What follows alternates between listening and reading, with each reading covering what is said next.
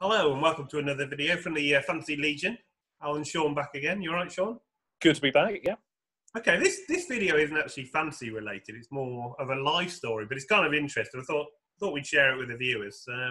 Kind of about the story about how you got into American football. You actually, there's your journey from, starting, how you got into it to how it finished, really. So if you just want to take the story up, Sean, from the beginning. And, yeah, I would do it as a part one, and we maybe revisit this at certain parts depending on how the audience, because that's fair. But I'll give you the journey, and it is a good life lesson because it's about perseverance, really.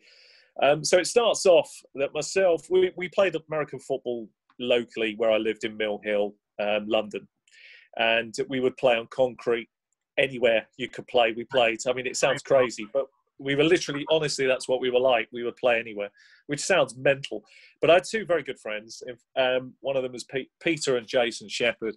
And the three of us, we set off for East Ham, which is near, basically the Hammers Football Club, where the training facilities of this particular American football team, London Capitals, was. And you're talking about the sort of late 90s, 97, 98. And we set off to go there to, hopefully try and get in what we were hoping to at least join a team. That was the essence of what we were doing. We arrive as a massive, massive black dude, this guy called Bubba, brilliant coach, fabulous coach, loved him to bits, brilliant bloke. And he was just, when he spoke, you listen kind of thing. And anyway, it starts off, he looks at the three of us and he says to my two friends, you two, yep, no problem, come and join the team. So you go over and join the team. And could you, by the way, you, pointing at me, could you go to the far side of the field and go and stand right in the corner over there? And I went, yeah, sure, coach, no problem. I'm thinking to myself as I'm walking around, why is there no one else over there? Because everybody else... And why am I the only one? And anyway, I spent the entire time while it was raining, watching them all, practice and train. And at the end of the training, I came over and, I was kind of like, I said to them, well done to my two friends. I think you did quite well. You did really well. And they said, aren't you a bit disappointed that, he sent you over to the far side of the field? I said, well, I don't know whether he wanted me to have a better perspective. And they both laughed. And I said, what are you laughing for? They said, he only ever sends people over there that aren't going to get in the team. And I went, that's a joke. I said, I'm not having this. I'm not accepting that. So the coach looked at me and he went, I presume we're seeing you two next week. And as for you, I guess that's the last of you then. And I went, no, I'll be back next week. So a week goes by. We go back down there to East Ham. My two friends start warming up a little bit more professionally this time. And I say to him, where would you like me to stand this week? Almost sort of tongue-in-cheek. And he says, still in the same position, go that side. So I walk all the way around to the far side of the pitch. And, I spend the entire time round there till the end of the training session for the second week in a row, pouring with rain. It seemed to rain every time we went to East Ham. Never not rain there. It's the most boggiest pitch in the world. Total unbelievable facilities, but a great coach. I didn't know until later as well how much money he put in himself. So a great coach, come over to help. Amazing, really amazing bloke. So 3 weeks now. We're in the third week. My two friends are settling into their positions. I've not even touched the field. And we get to the third week. I've come back, and he looks at me as I come back, and he says, "I can't believe you've come back."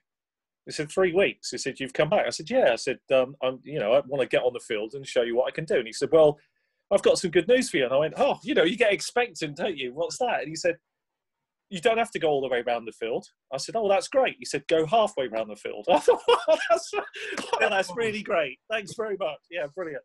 So I go halfway around the field. And you've got to imagine as well, right? There's people there who've seen you 3 weeks in a row, and they are like, pointing at you, and that they're like, this kid's never going to get on. Yeah. And I'm thinking, they really don't know me. I'm thinking, this is just ridiculous. I'm going to have to tough this out. Right? It's like being sent to Coventry. I've just got to tough it out.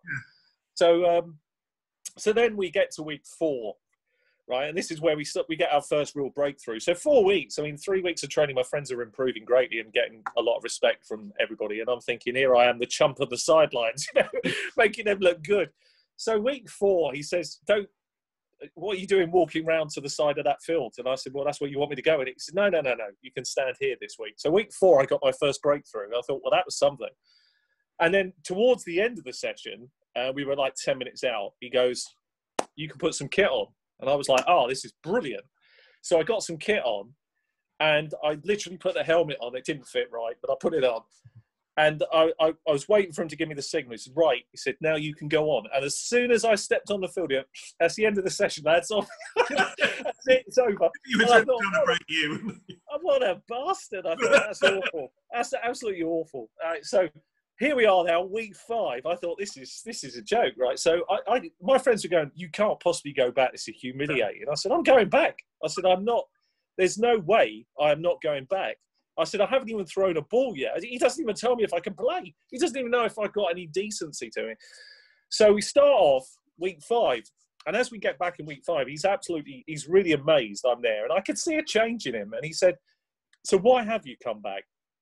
I said, well, because you haven't seen me play. He said, look, I'm being honest. I'm trying to protect you.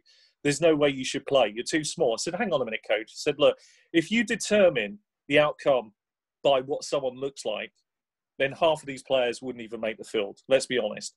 I said, because we're not prototypical American players. We've not played it all our life. I said, so you've got to give somebody like me a chance, because even if, first player get broken and maybe it's not for me, then that's how I'm going to know. And he said, well, I'll tell you what, he said, let's put you in straight away. Let's get you into a game. He said, I'll tell you what we're going to do. He said, you can call this play. And he drew a play up and he said, I guess you don't know what this is. And I said, I do. That's 3 receiver set. It's all go. I said, you want the quarterback to throw it to the ex-receiver. And he looked at me and he went, how do you know this? And I said, well, if you'd actually spent the first week talking to me, you might have actually known. And he went, I like that. He said, that's good. He said, okay. He said, that's interesting. He said, we're going to run this play. And he said to the defense, you know the play that's coming. So he said, like that. And I went to myself, I thought, hang on a minute. This isn't all-out blitz. They're coming after me here. This is ridiculous.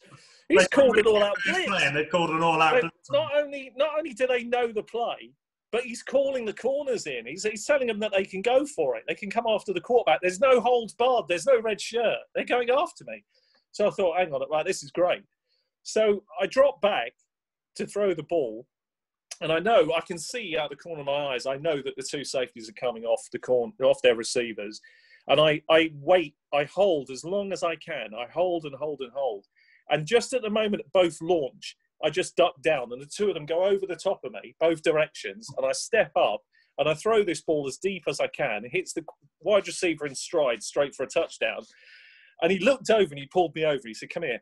I said, come here. He said, so how did you know that was coming? And I said, well, I saw you make up the X and I could see the corners were coming. He said, hang on a minute. He said, you've got to be our quarterback 5. He said, you're not playing, you're not number 1, you're not number 2. He said, you're not number 3 or 4. He said, you're quarterback 5. He said, and you're lucky that you're quarterback 5. And I went, thanks for the opportunity. And they never looked back.